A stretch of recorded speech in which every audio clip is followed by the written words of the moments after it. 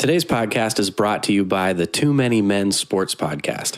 Tony, Trish, John, and Zach break down the hottest topics in sports, as well as bringing guests along to get their thoughts on the sports headlines. From guests such as Utica Comets defenseman Colton Saucerman to controversial topics such as trading superstar James Harden, this show leaves nothing off limits. Too Many Men. New episodes every Tuesday and Thursday on Google Podcast, iTunes, and SoundCloud. Just two dudes having a conversation. You're my friend and I trust you. So how's your sex life? It's the best I've ever had. I saw some chocolate-covered strawberries out on your counter. And Oh, yeah. Well, Valentine's Day is technically today. Although we're not celebrating, obviously. I'm spending my time with you. I didn't think about that. It's okay. We weren't planning on tonight anyway. Okay, good. So I worked all day and had rehearsals, so we're going to do something tomorrow. Gotcha.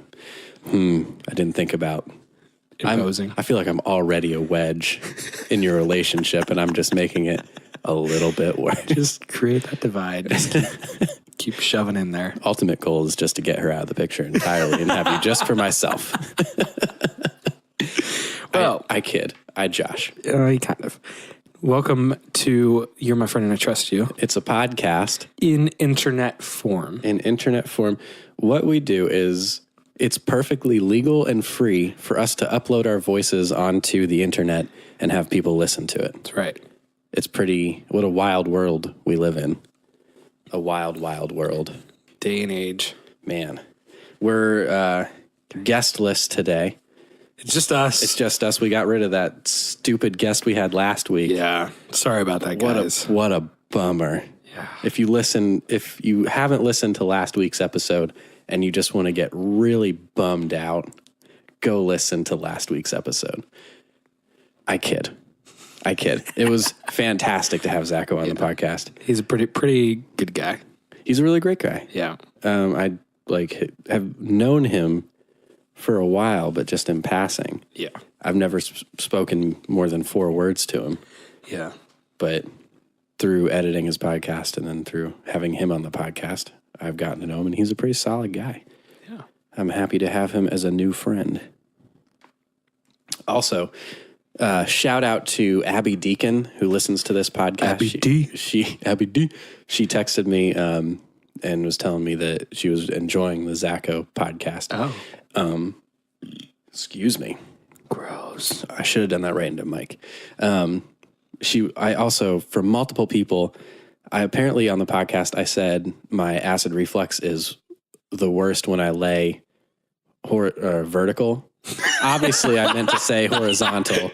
I didn't even catch that. Neither should Zacho, so Yeah. I blame both you guys and not myself. Because sorry. obviously I meant to say horizontal. Yeah. But Abby D. she called me out on it. Yep. But God, sorry. she did say that she primarily listens to the podcast while she is working out, which I feel like that is the main place that people listen to this podcast. Yep. Is while they're working out. So I want to throw this at you. Okay. I want to completely restructure this podcast into just workout motivation.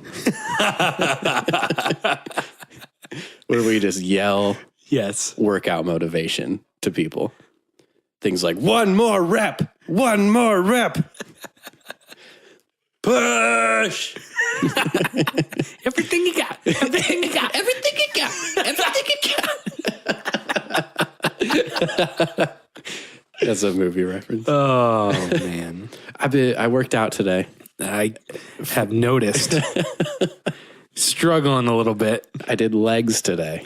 Haven't worked out in a very long time. And even when I was working out, always skipped leg day. Of course. I hate legs.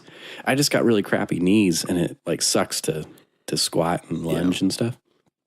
But right now, sitting, standing, stairs are just the worst thing in the world for me right now. It's just straight pain. Yeah. And I always forget, like when I sit down, like right now I'm fine, but I'll forget when I go to stand up and just give it everything and be like, ugh. You said you did this today? Yeah. So 2 days is going to be the worst. In 2 days? Yeah, I think tomorrow it'll be like kind of sore, probably to the point where it'll probably still feel like this. Yeah. But then, yeah, I know that 2 day sore. I'll just switch to arms for a while, but not push it too hard like I did with legs. But one thing I didn't tell you that I had told you that I'd worked out and done legs and was super sore, but I didn't tell you that I threw up. Did you seriously? Afterwards. Yeah, I worked out so hard that I threw up. I came back in the house after working out and was making myself a post-workout smoothie. And I was just like, shoot, man, I'm going to throw up. So all I hadn't had anything this morning. Yeah. I just had some Gatorade while I was working out. I just threw up Gatorade. It's kind of a bummer, but there's worse things to throw up. Yeah. And it was just a small, like very small amount of Gatorade. Yeah. But I hadn't thrown up in like 2 years, 3 years. I broke it. Broke my streak. So real quick before we move on, I forget. Sure. Yeah. I feel like we owe a shout out to Abby D.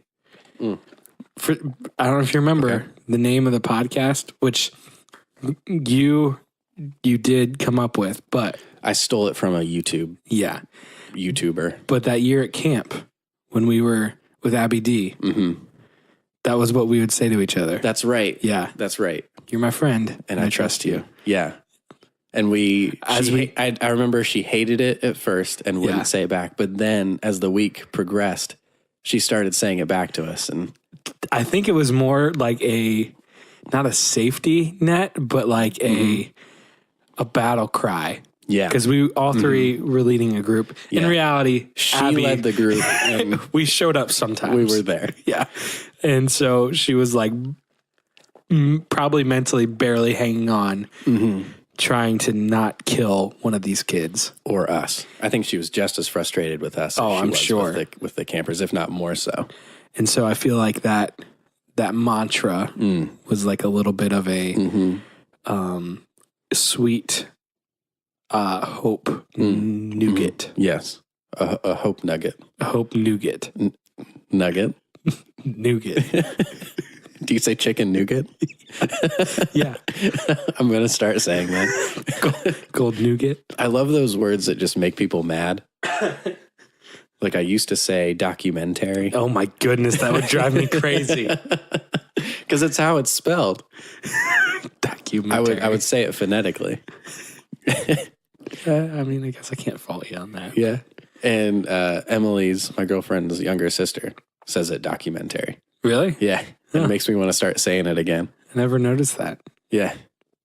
Ask her if she's seen any good documentaries lately. And she'll be like, well, one documentary I saw.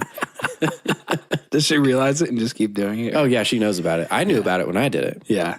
I was like, this is just how I've been saying it for so long that it took like work to fix it. You know what word I cannot say? If I'm just talking in a sentence and it just comes out, I can't say it right. Escape. Okay. It always comes out escape. Escape? Yeah, escape. Yeah. Like if I'm just talking whatever, it's escape. Yeah. It's supposed to escape. I can't say rural. Rural. Rural. I can say it barely if I break it up. Like rural. But to say it in like a sentence, like, oh, I live in a rural setting. Yeah. You know? Yeah. Like if I'm just cruising along in a sentence and hit that word, it's like a speed bump of like,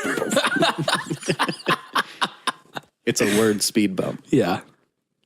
I don't know. There's people around here is what I've noticed. We live in Northern Ohio, Northeast Ohio. And there's some people, to me, have a slight Canadian accent. Okay. But people say say words weird here. And I didn't notice it until I left and came back. What are you talking about, eh? Actually, I worked with a guy who I was like, are you, like when I first met him, I was like, are you like from Canada or something? He got super offended at that. Really? Really mad. I was like, sorry, man. Like, you just sound like you're Canadian. Or like a Minnesota. Oh, like, yeah. Minnesota basically is Canada, I think. Like the Minnesota. Yeah. But like people say Winda.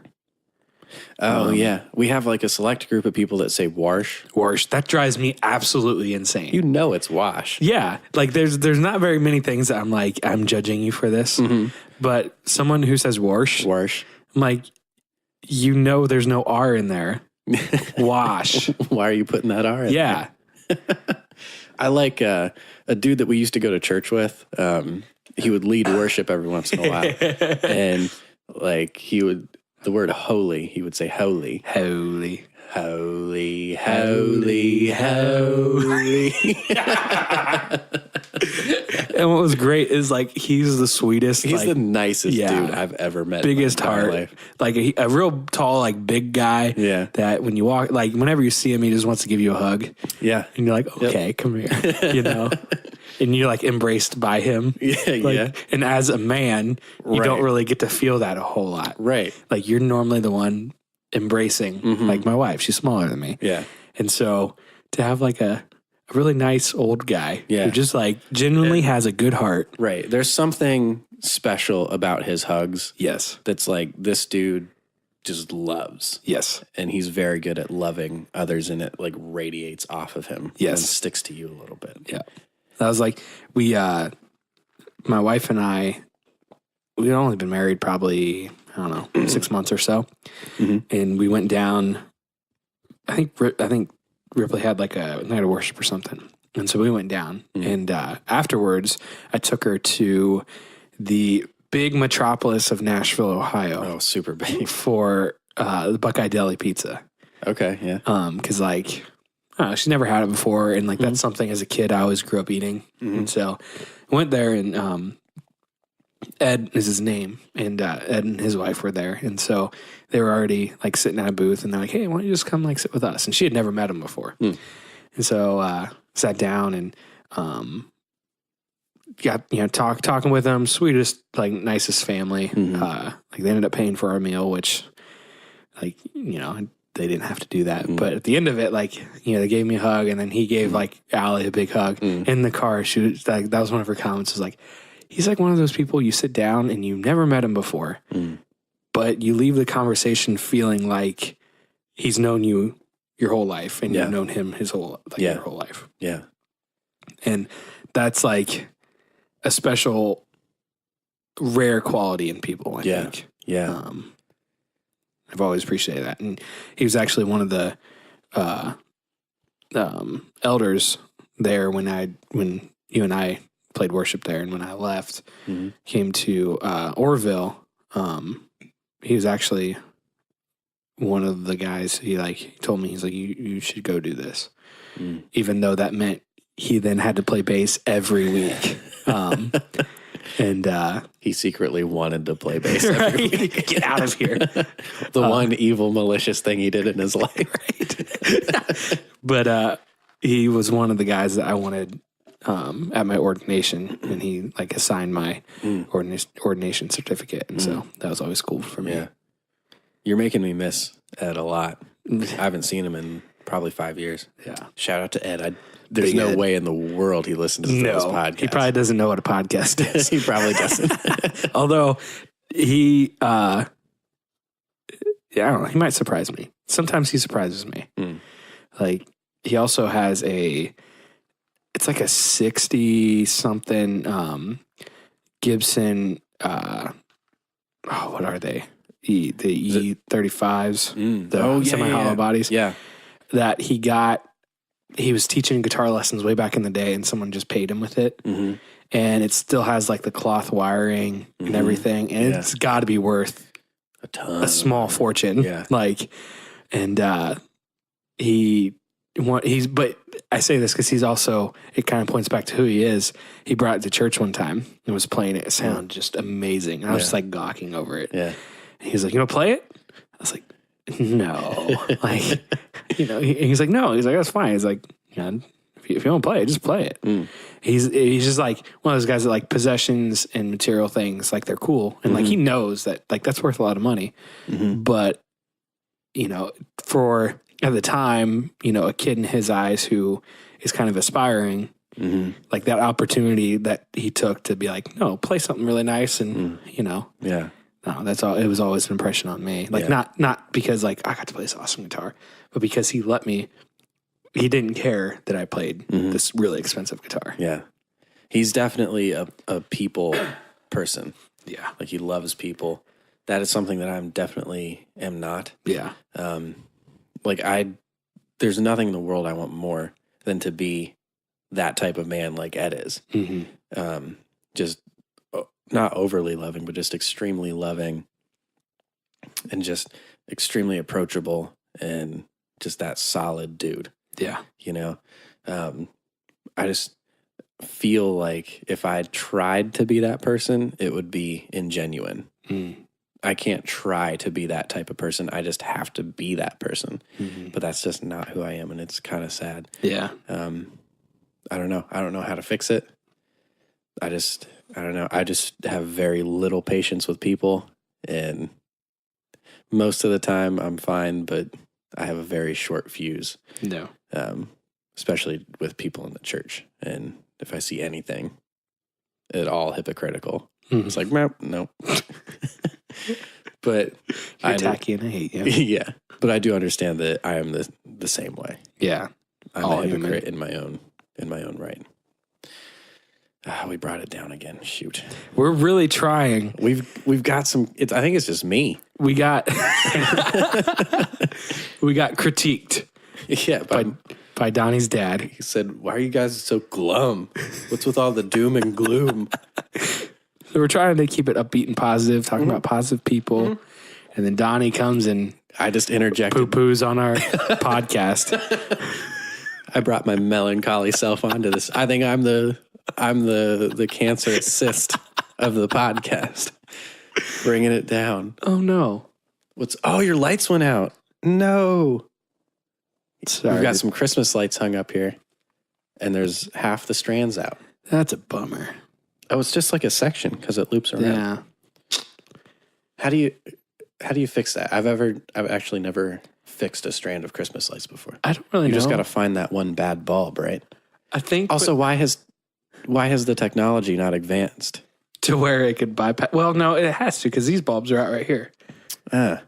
So I don't know. Yeah, this is probably really bad podcast content. Yeah. But also, I'm a little perturbed with the light companies, the Christmas light companies. Why can't we figure out this technology that allows one bulb to go out, but the whole strand to remain strong?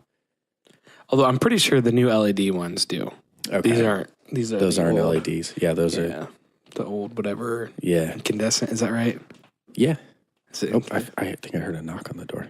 A knock on the door? Come in. I did not hear a knock on the door. Oh, I thought I heard a knock. Thought we were going to get it. Oh no, I think there's just commotion. All right. Shoot, I thought we were going to get a guest in here. Get some content, stretch this thing out a little bit. Although I will say the last couple episodes have been pretty long. Yeah, we've been over an hour. I think last one was an hour and... Like an hour and 10 or something. Yeah. Yeah.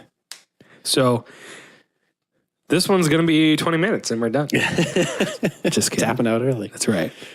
Getting back to working out a little bit. Yes. I've been watching Ronnie Coleman, old videos of Ronnie Coleman. If you don't know who Ronnie Coleman was, he was a 8 consecutive time Mr. Olympia winner. So that's like the bodybuilding competition where you oil yourself up and flex and you're judged on your muscles.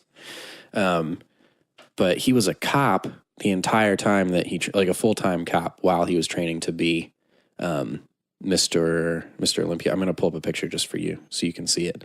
Because this dude was just absolutely ginormous. Like he was massive. He had muscles that had muscles. Yeah. But now he can't walk. He's had like 7 back surgeries because he just lifted such heavy weight that he ruined like pretty much every vertebrae in his spine. I think there's like 4 that are fine and the rest are just jacked up. So he's just in constant pain, and his last surgery left him unable to walk. The last I checked up on him, they were like he might never walk again. But I guess that's my concern with getting back into working out is I'm just afraid of getting too big and getting to that point. Sorry. We're worked out one day. You know, I'm really concerned about this.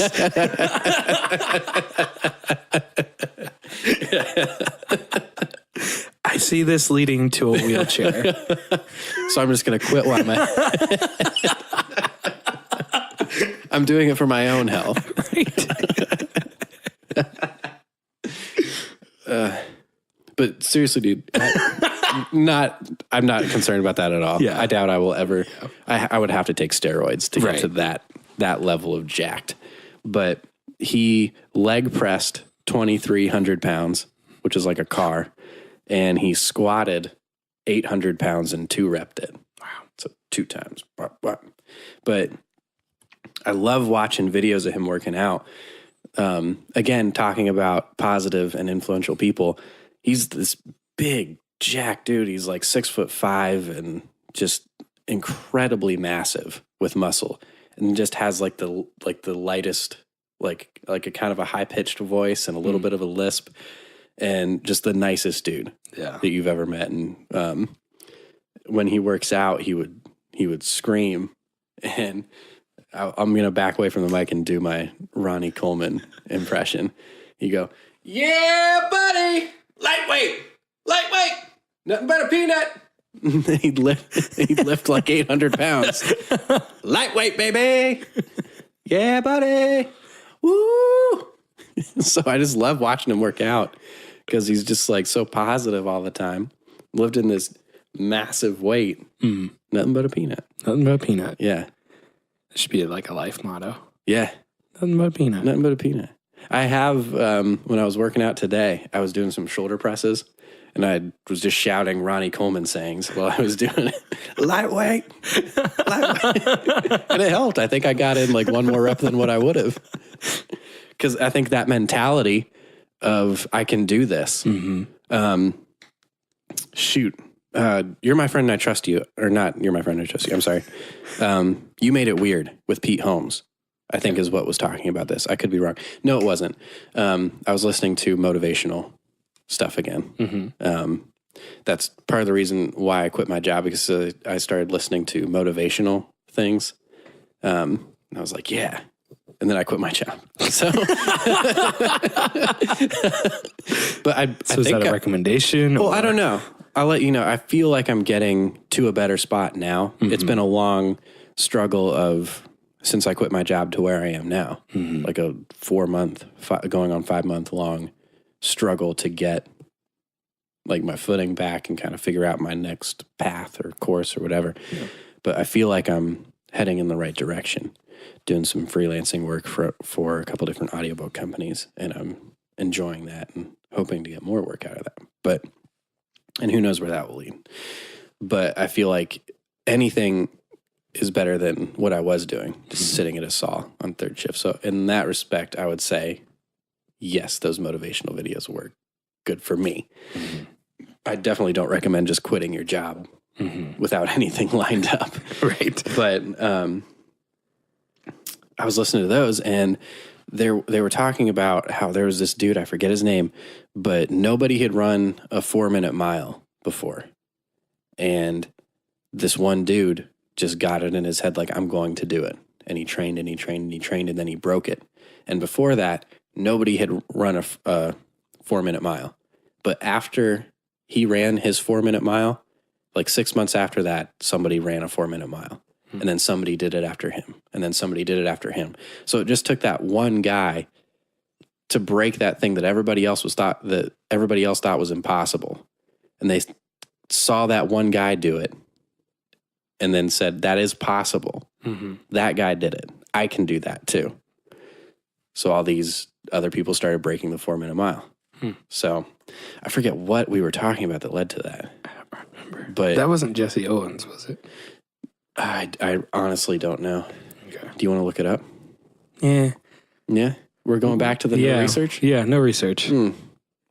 I think maybe the point I was trying to make is just mindset, like mind over matter sort of thing. Oh, yeah, talking about Ronnie Coleman saying lightweight. And maybe I was able to get one more rep because I was just shouting lightweight when I was Right. when I was doing shoulder presses. So I really think that there is something within humans that's like we get it in our heads like this is impossible and this can't be done. But if you have that mentality of even if it's you're just screaming it and you don't really believe it, but you're just screaming it like lightweight. 800 pounds is not light. Right. But he's still shouting lightweight because that jacks him up and that gets him going and he's able to squat it twice. Yeah. So I don't know. I think there's something to that. I think it's the same thing. Like we both play baseball and how much of a mental game it is. And Oh yeah. the saying is very true. If you go up to bat believing that like I'm probably going to strike out, you're going to strike out. If you go up to bat saying I can hit a home run, may not hit a home run, but the chances of you striking out have decreased a whole lot. Right. Because it's all about your mental attitude. I have heard a few things talking about like top performing athletes like LeBron James and to perform at that level of the best, you have to have the mentality of I am a champion and I'm going to win. There cannot be lose. Right. That word cannot exist in your vocabulary. It does exist in mine. Oh yeah, me too. Like there's like I limit myself all the time, I think. And I don't know where I'd be if I wouldn't limit myself. Well, I think too, like comparison kills me. Especially just kind of in the line of work I'm in right now. It's more of a creative field. And so to like kind of take a chance on something that I feel like someone else has done better, or even like with photography and stuff, like that's a huge thing. Cause like Instagram, you scroll through Instagram, you're like, oh, that's better than mine. That's better. Like, well, nah, I'm not gonna try that. It's like I can't do it that well. When in reality, it's more so like in that aspect, it's each thing is unique in the creative realm. I know we switched a little bit, but sure, that's fine. In the creative world, like not like one person isn't going to take the same, or two people aren't going to take the same exact picture. Each one's going to be a little bit different. Might be this. I could take a portrait of you. Joe Schmo could take a portrait of you. Same spot, same settings, everything. And it's going to be a little bit different just based on our eye. And I think that's good, especially in the like music, anything. That's why, I mean, even like, sorry, I'm rambling now, but that's like fine. Covers of songs. Yeah. That's what I think are so cool because like you can take the same song and make it 6 different genres by 6 different people. Yeah. And it's all a good song. Yeah. It's just the aspect of the person. Right. But where I get to the point is like, well, I'm not going to try it because I know someone else can do it better or has done it better. So like, what do I have to add that would be beneficial? Right. And like, that's not a good place to be, but I think with creative things, from a very early stage of drumming, I'm a drummer, and from a very early stage of that, I had to tell myself that there will always be somebody better than me, and I have to just do this just because I enjoy it. Yeah. It can't be I'm trying to be the best drummer in the world because I just know that is not in me, and I don't want that. I mean, maybe I do. Yeah. I mean, if I was the best drummer in the world, my career would kind of be set, but I could probably play with whoever I wanted to. But I don't want to put the time into that is required. I don't think that I can. I don't think that I have the natural ability that's needed for that. Yeah. The natural talent. Because everything I had, I really had to grind for to get the rhythm that I have now. And I'm still not that great. I watched a video last night of a like 12 or 13-year-old kid playing a Metallica song and just killing it. I was like, I couldn't do that. Yeah. I couldn't do that. But I think with creative stuff, like what you do and what I do musically and and with these audiobooks I'm learning as well that I'm recording, it has to be just for enjoyment. And that comparison really kills creativity. Mm-hmm. Like writing songs and stuff. I've done that before, and I've written a couple good ones, but a lot of the time with writing, I'll get like half a verse down. I'm like, this sucks. This melody is bad, and it's very hard just to write just for myself, you know? Mm-hmm. So with that sort of stuff, it just has to be out of enjoyment. And if it's not out of enjoyment, because I'm not struggling and really grinding to be the best at that, then if it's not out of enjoyment, it just won't happen. Yeah. So, but yeah, with the audiobook stuff, I'm finding there's many times that I just stop recording. Like I get done with a line or I screw up a line and I just sit there for a second. I'm like, I suck. This is horrible. This is horrible. I'm doing one right now. I got done with the first of that sci-fi series. Now I have another one to do. But before I start that other one, I just wanted to do like a smaller one that was kind of in a different vein. So this one's about a submarine crew, it's really short and it's only like maybe 2.5 hours long, like completed when it'll be done. Yeah. And I'm cruising right through it, but I'm approaching it different. Like I'm not doing voices really at all for any of the different characters. I'm just changing a little bit the tone of my voice. So if there's like dialogue between two people without any like, and then Brian said, if there's none of that, if it's just dialogue, I'll switch my voice a little bit. Mm-hmm. But that I've enjoyed because I just am talking more directly. Like with the sci-fi series, I put like a little bit of an intense tone to my voice. This, I'm just more straight. And I'm enjoying that. But even that, just me narrating straight, still, I pause and be like, man, I suck. This is just not good. I should quit doing this. Yeah. Because there's some fantastic narrators out there. Yeah. R.C. Bray, whoever did the Harry Potter books, oh my goodness. Holy cow, they killed it. Yeah. But I enjoy it. Mm-hmm. So I can't let that I'm not good enough thing stop me from doing that. Right. Because then I just wouldn't do it. And it has to be just for me, just because I like doing it. So I don't know. Is that positive enough for you, Dad?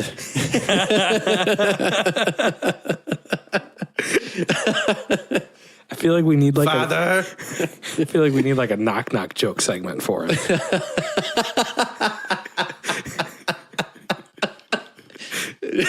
Just really spite my dad on the podcast. This is for you, Matt.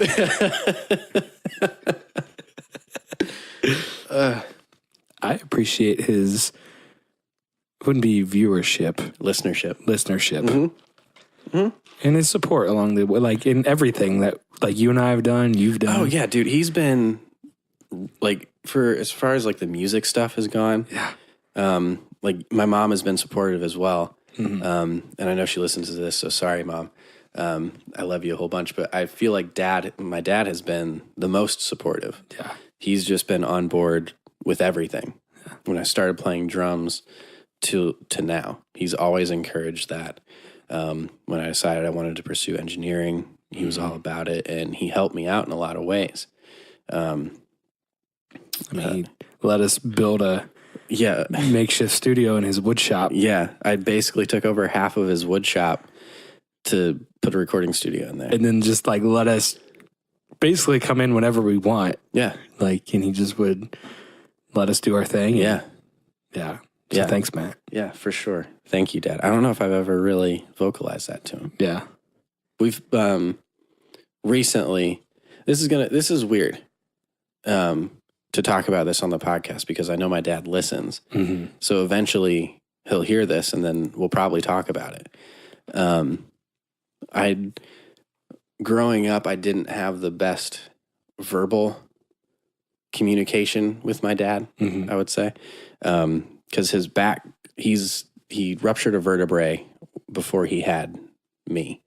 And his first surgery got messed up, and he had like a lot of scar tissue, and they can't remove it now because it's right on his spinal cord, and it causes him a lot of pain. And he was good up till about the time where I was 8. Like he'd had a surgery that kind of helped him, and then when I turned 8, he just kind of started to decline, like the health of his back, and he's always in pain and always has been since he hurt it. But that was really bad.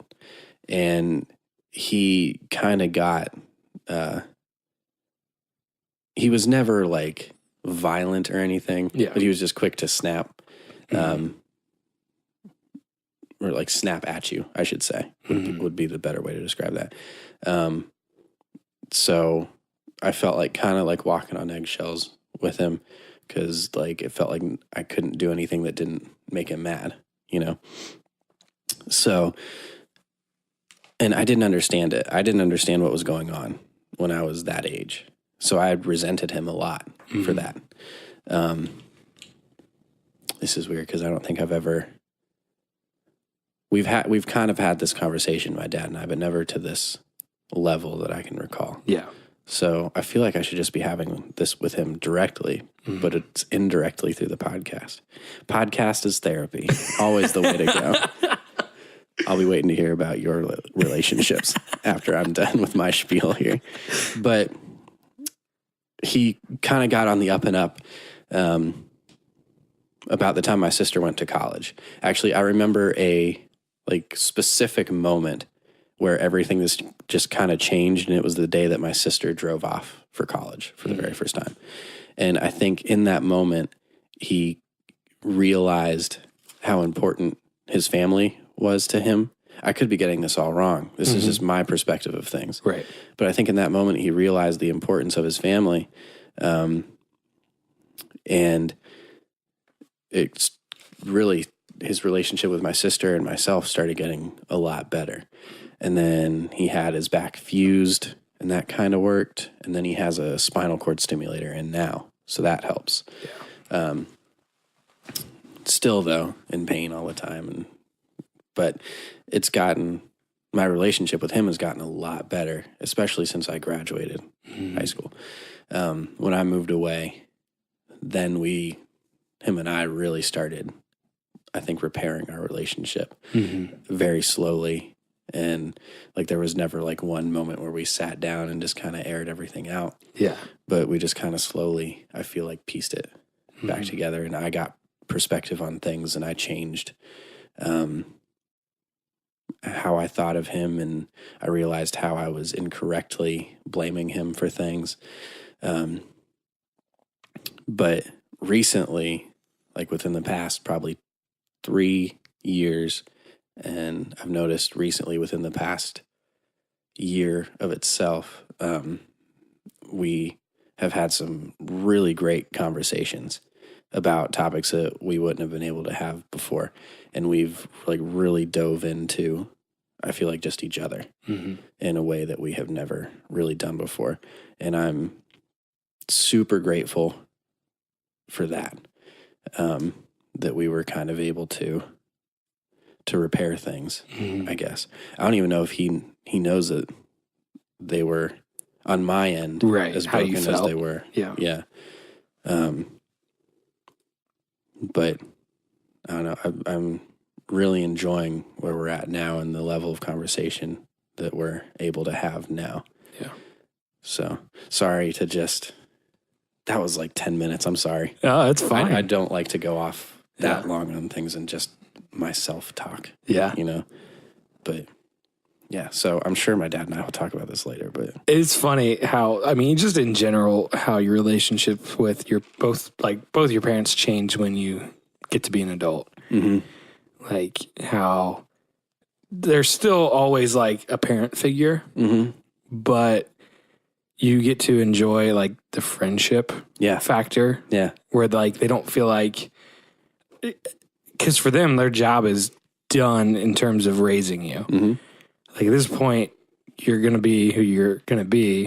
Now they can all obviously have tons of wisdom that, like, you know, with my dad, it's the same way, especially over the last few years, is like I am in ministry like he is, and like as I'm getting married, just like the random little bits of wisdom that as a kid, one, there's not really like a reason to like get all that from him at that point, but he also, and rightfully so, is focused on raising you and like disciplining you. And as a kid, you don't like that discipline, so that kind of fractures your relationship in your mind. And and so now, like in life, like my dad has also gotten a lot more.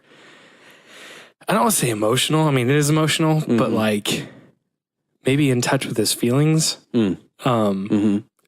Since, especially since like the birth of his grandkids, so my nephews. But then also, I will say too, my dad loves his grandkids. Yeah.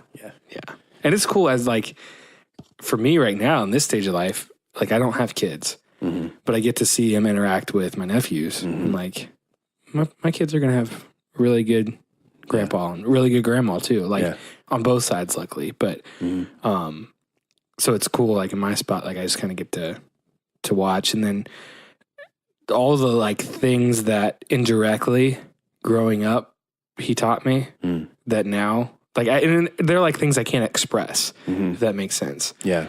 Like just watching him handle certain things or, you know, the priorities that as a kid I didn't understand, but now I know, like, you know, sometimes you just have to do what's right for your family. Yeah. And even if like, you know, as a kid you don't understand it, like working longer, like whatever, like he wants security for his family. That's his way of taking care of me and loving me. Even though, you know, maybe there were some times when, he didn't get to come to a baseball game or something like that, you know? So I don't know where I was going with that, but it is cool now. Just the perspective you said, like that you gain as an adult. Yeah. And then also getting to kind of get what you can from your parents now in adult life. Right. I feel like I'm tapping into the wisdom in my dad. Yeah. That, like you said, when you're a kid, you're not really prepared for that level of conversation, I guess. Yeah. But we were talking the other day, my dad and I. We have some really good conversations out in his shop where the studio used to be. He's got speakers like all around. There are so many speakers. They're like the old wooden ones from the 70s and 80s. They sound great. They sound amazing. I love listening to music in the shop. Yeah. Because it's just like reverberant a little bit, but not too much, and you can just crank it, and it sounds really nice. But one thing that we really love to do is just go out there and have a beer or two and listen to music and talk. Bro down, you know? Bro. Bro dad. Just guys being dudes. Having a beer with my dad. Talking about life. Trying not to cry.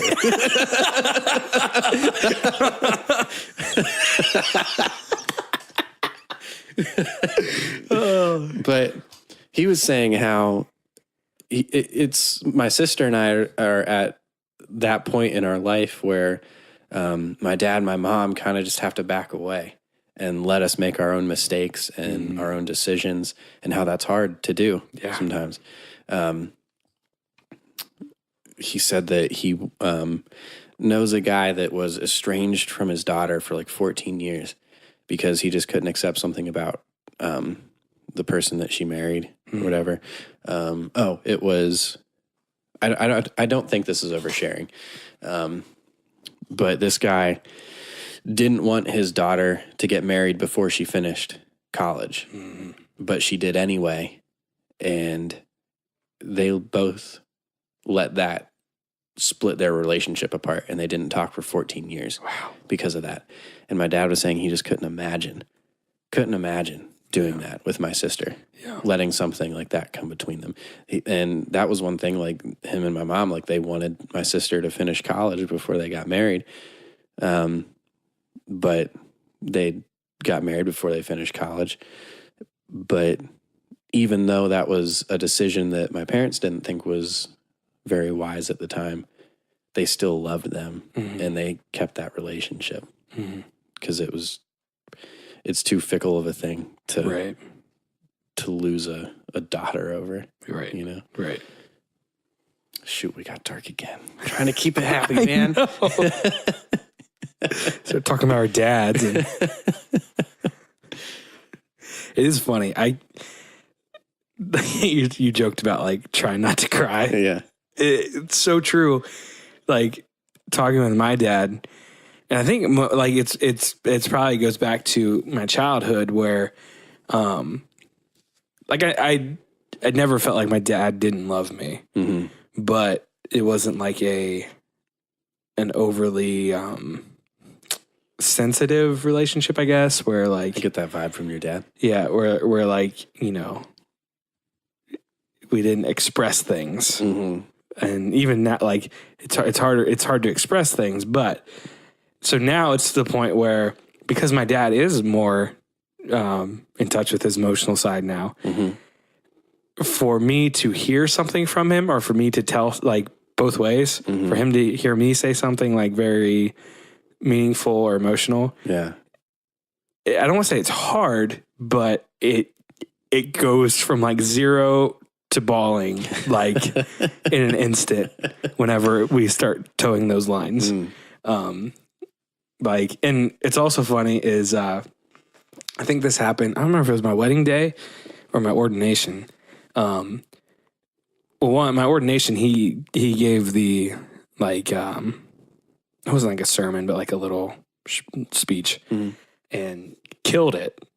Really killed it. Like had everybody crying. Yeah. But afterwards, and this happens like if after an emotional moment, like when we go to hug, where like he can't get any words out because he's trying not to cry, and so like he just keeps hugging you, and like then you realize what's happening, and so then you have to do the same thing, and so it's like a continual just like hug and like, you know, pat, back pat, or back pat, and you're like inside you got the huge knot in your throat where you're trying not to cry. And, yeah. I feel like I'm at that point way more often than my dad is. Yeah. I feel like he's never been a crier other than at movies. We'll both cry at movies.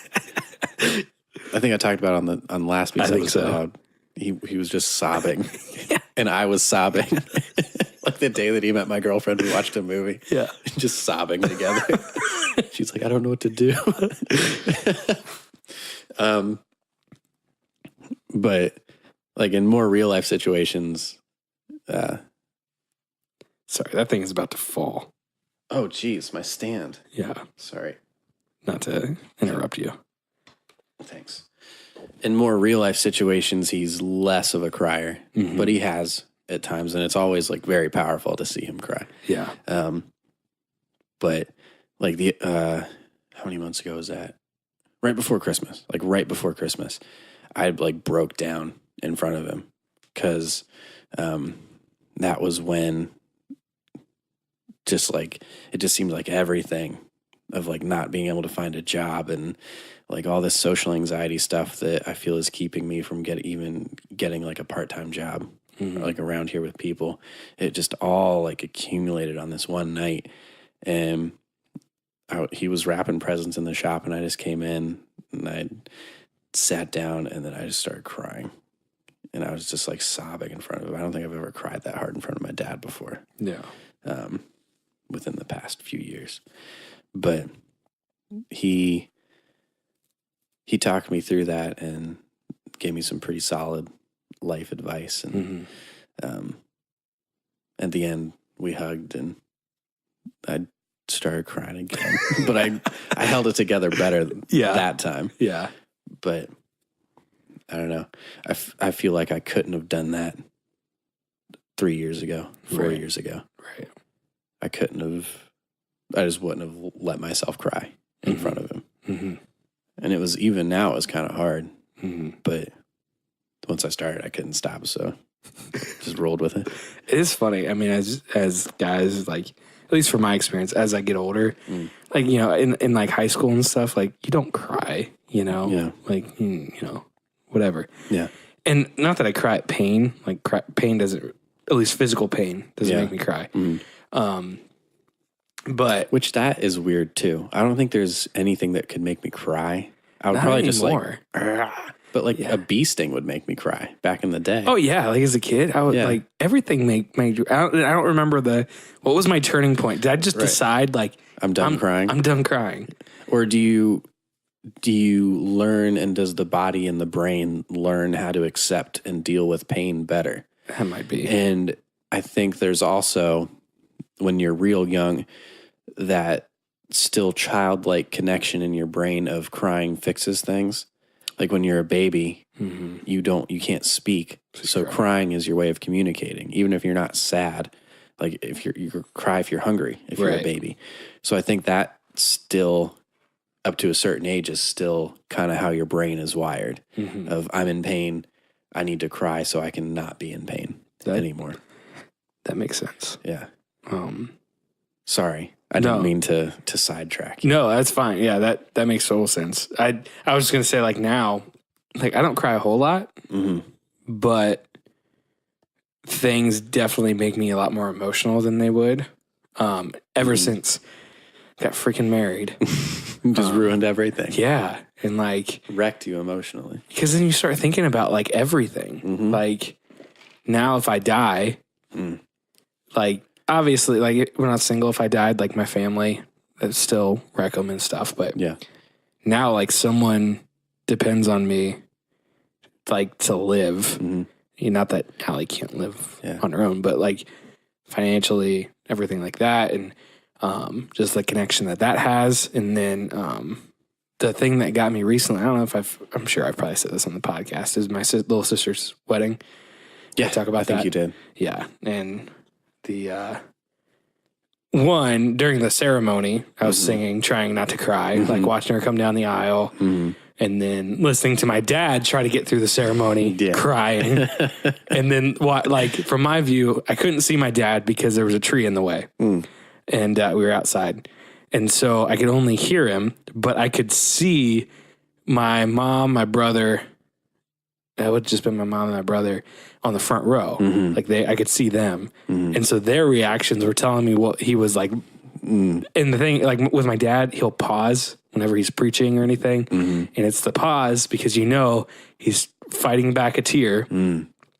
And you look at my family and we're all just losing it because we know like dad's about to cry. Oh, no. And like if dad's crying, like it's a big moment. It's a big moment. And so I was trying to I'm standing in front of everybody, like trying not to cry, and then the prayer, wasn't prepared for it. Like it got to the point where I was just like trying to get a few words out to say amen. Cause like, I was like, nope, this isn't going to happen. It's my little sister. Two things really quick. The first one is just a stupid thing, but then the second one is a question that popped into my brain as you were just talking.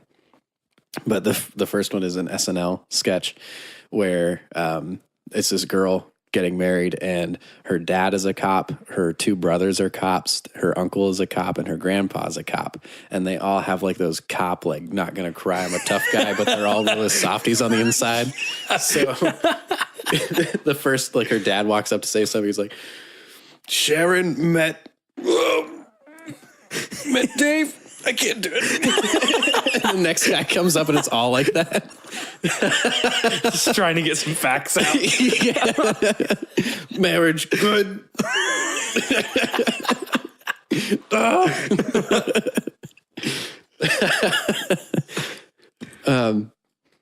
But the second thing is, this question popped in my mind as you were talking about Allie, your wife. Do you feel like you are closer with Allie than you are with your siblings and your parents? Yeah. And it's different. Like I'm close to my siblings. But it's just it's hard for me to explain. Yeah. Because I didn't like understand it before I got married. But it's like I don't know, a much deeper emotional connection. Like to like it's like, I don't know. Imagine the person you have been the absolute most open and vulnerable with. And then imagine the next step. Like that's what it is. Now, part of it, by design, right, the sexual side, right, actually really lends to the emotional. Because I mean, that is like the most vulnerable that you are with anybody. Because it's just bare out there to whatever. Right. But that lends to the emotional connection, the spiritual connection. So I'm closer, but it's different. So yeah, that's never a thought that I've had before. Yeah. And that just popped in my mind. Of like, are you closer to your spouse? Yeah. Yeah. Because like obviously you kind of leave, like there's a separation from your family. I feel like I'd kind of separated from my family when I moved away. And I feel like the next step would just be starting a family of your own. Yeah. And I mean, you're talking about that kind of your separation. It does change where now, like, I mean, Allie and I, like, that's my immediate family. Whereas before, my immediate family is my siblings, my mom and dad. Right. But my priority is now Allie. Yeah. And, like, our family comes first, which is hard. Yeah. Because, like, growing up, it's my siblings and my parents come first. And now, like, I'm going to put Allie before them. Yeah. And that's how it should be. Yeah. And that's how I hope it is for my sister and her husband and my other sister and her husband. Like, I'm hoping that they put their family before me. But so it's like a good sad. Yeah. You know? Yeah. Where it's sad because it changes, but it's good because it's part of growing up, and also from being married, I know that connection that they have now, and like I want that for them to the best of their ability. And part of that is, like don't make my needs and my things a bigger priority than your spouse's. Right. I really like those happy sads. Have you ever seen the movie Inside Out? Oh, that wrecked me. Dude, I really think that movie like really nailed a lot of things. Like there was just a ton of stuff that movie got incredibly right.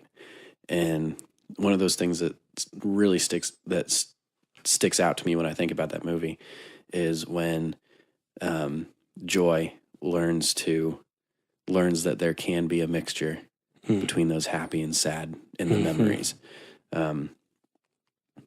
Not to make it all doom and gloom again, but I think that I'm more of a melancholy person. I feel at my core.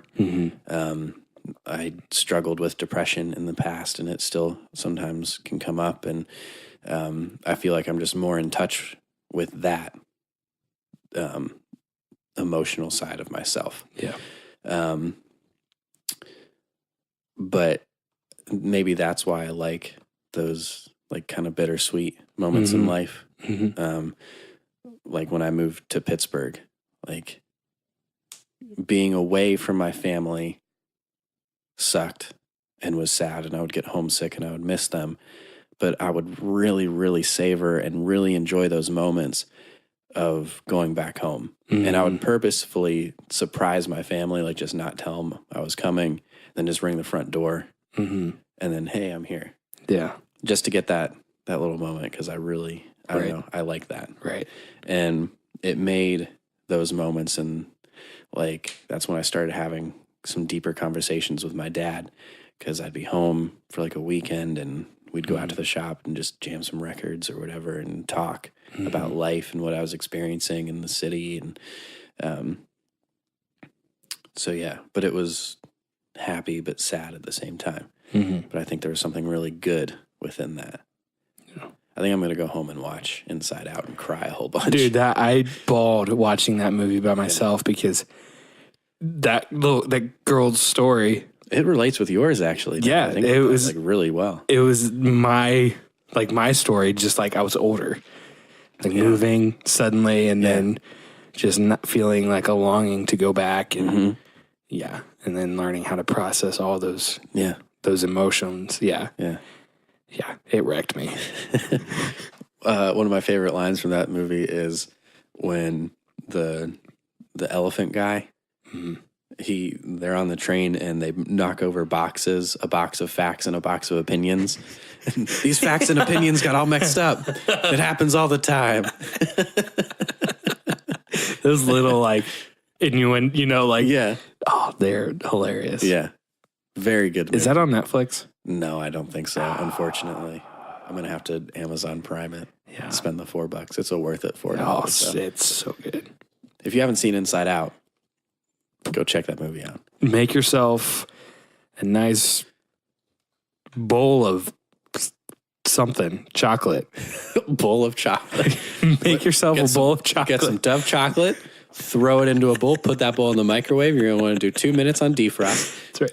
And just have a bowl of steaming hot chocolate that you can eat with a spoon while you're bawling while watching Inside Out. It sounds like a plan to me. It sounds like a good night. But seriously, though, be prepared to... Yeah, if you haven't seen it, be prepared to sob your little eyes. And if you don't, honestly, I judge you a little bit. You're a horrible person. Yeah, with no feelings. You're not, if you don't cry watching Inside Out, you are not connected enough with your emotional side. Yeah. Let that be a lesson to you. If you have seen Inside Out and didn't cry, I think that you should maybe do some talk therapy, really get into the core of yourself and learn, why am I not in touch with these emotions as much as I should be? Because we're talking about crying. I feel like that's the whole theme of this podcast. Right. Sorry to make it doom and gloom, Dad. My bad. I don't want to hear about it.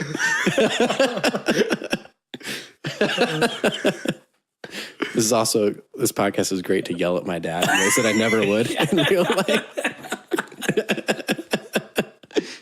I feel like crying is good. I feel like those melancholy, happy, sad moments are good. I feel like it is good just to be sad. Like in Inside Out, where Joy is constantly trying to make this one character happy and not think about why that character's sad and think about something else, think about something happy. And then sadness comes in and just sits down beside this character and is like, so why are you sad? And the character's like, I'm sad because of this. And sadness just like, yeah, that sucks. And they cry together. Yeah. I think that's important and that's essential to growth. Well, I mean, that and in my opinion, it's a sign of mental health when you can experience both highs and lows. Yeah. Because it's when you kind of get to where you don't feel anything is when it's bad. Yeah. I've been there way too much. Yeah, me too. Apathy. Yeah. And where you're just like, nothing can really get you excited anymore. You have no passion for anything. Yeah. And then flip side, you don't really feel the emotional downside of anything. And it's good to obviously it's great to be on the happy side of most things, but when you're back and forth is when I think you can feel things and that's good. Yeah. I don't know. I feel like there is a ton of beauty to be found in sadness. A good example would be when I was in Pittsburgh. One of my best friends in Pittsburgh, Mike Sims, had a lot of stuff going on in his life, cancer.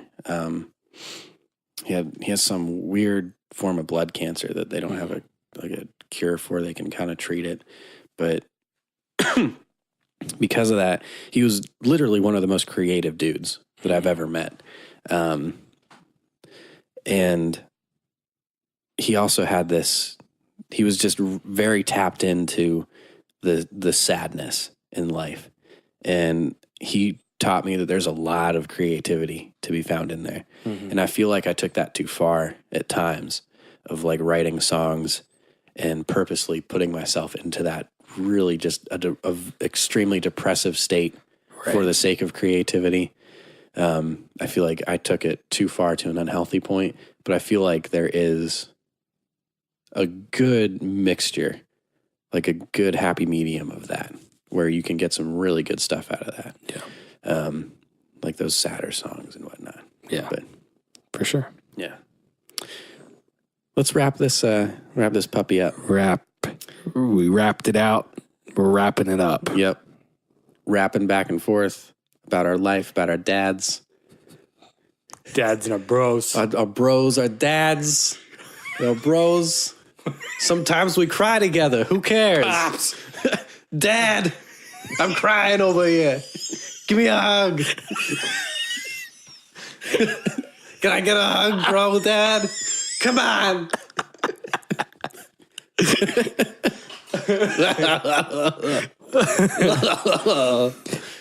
Tune in next episode when we talk about our moms and just blatantly sob on the podcast.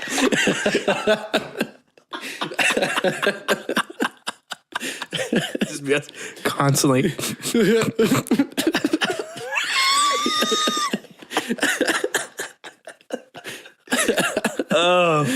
Oh my goodness. With that, we're going to wrap up.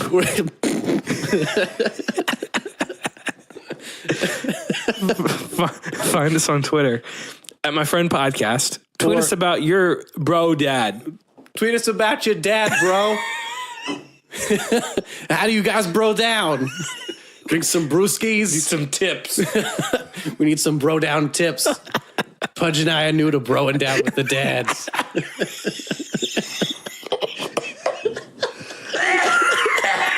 You're going to throw up. Yeah. Oh, gross. We need some bro down tips. New bro down with the dad. Oh, shoot. There's a great Vine. I don't know if you've seen it, but it's a guy standing in bleachers watching a football team practice. He goes, nothing better than this. Just guys being dudes.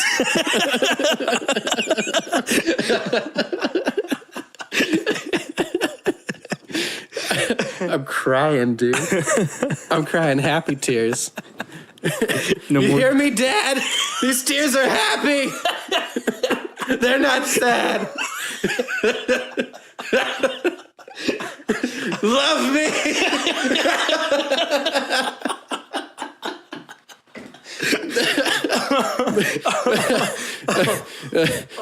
Watch my dad just be afraid to talk to me after this podcast. Until it closes up. Took it too far.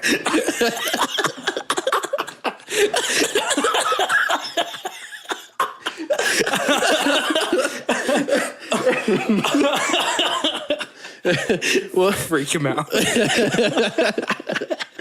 Well, Dad, if I freaked you out and you're too afraid to talk to me directly, you can always email us at itrustyoupodcast@gmail.com.